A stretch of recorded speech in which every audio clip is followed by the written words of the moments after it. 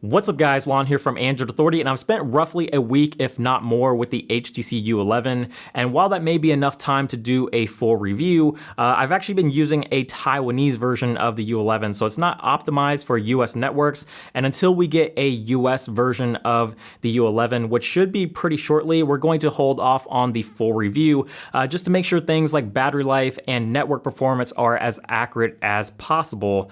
But because I've been using the U11 for quite some time now, I can still talk about what it's like to use the U11 as a daily driver and share with you guys my initial thoughts and first impressions.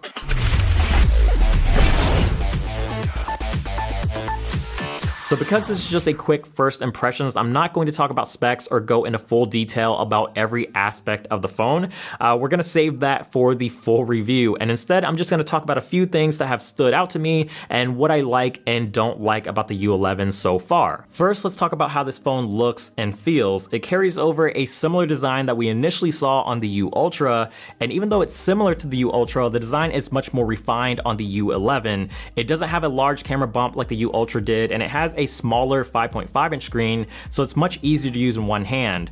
The edges of both the front and back glass curve down to meet the metal frame, giving it a very seamless feel with no sharp or rough edges. It's very similar to what Samsung has done with the Galaxy S8. It is very comfortable to hold, but because it's made mostly of glass and doesn't have flat sides or chamfered edges to help with the grip, it does feel quite slippery.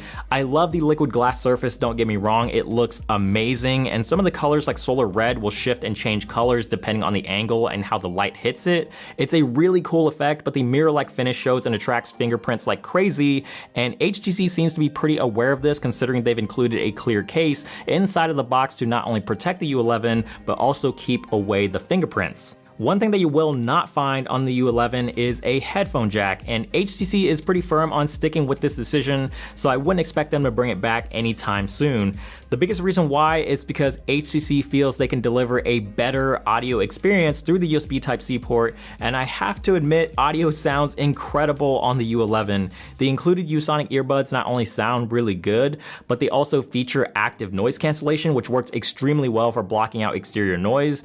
They're definitely above and beyond the typical pair of earbuds that you're used to getting with your smartphone.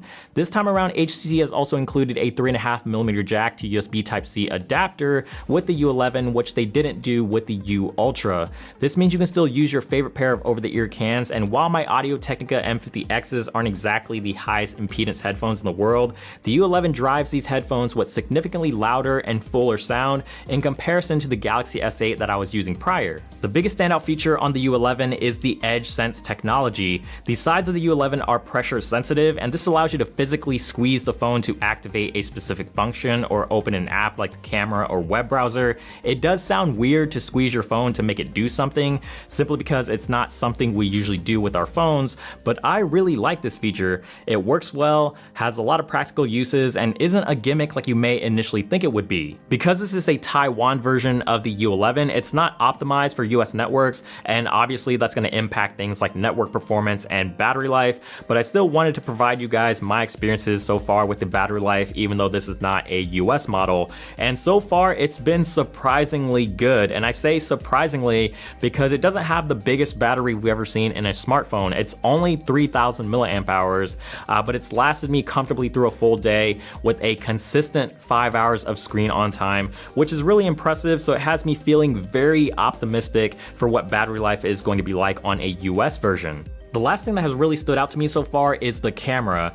So you might have heard that the U11 has the highest DxOMark score ever received by a smartphone, and I'm not entirely sure how much I buy into those scores, but the camera has been impressive and I've thoroughly enjoyed using it. I think it's a huge improvement over last year's HTC 10, which by the way wasn't even a bad camera. The photos are packed with detail, excellent color reproduction, and overall good dynamic range, mostly because the camera auto processes everything as HDR, similar to the Pixel.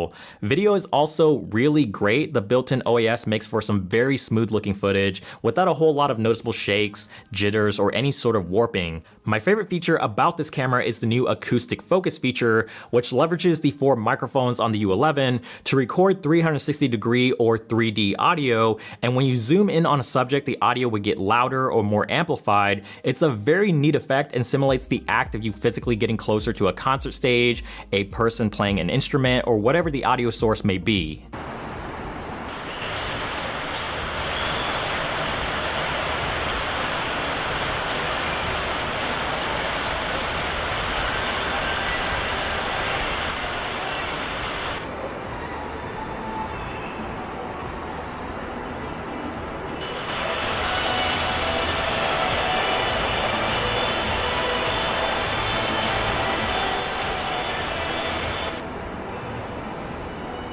Overall initial impressions of the U11 are very positive. It's been a very pleasant smartphone experience and offers some really interesting and unique features that really make it stand out, which is exactly what HTC needed, especially if they really want to capture the attention of consumers.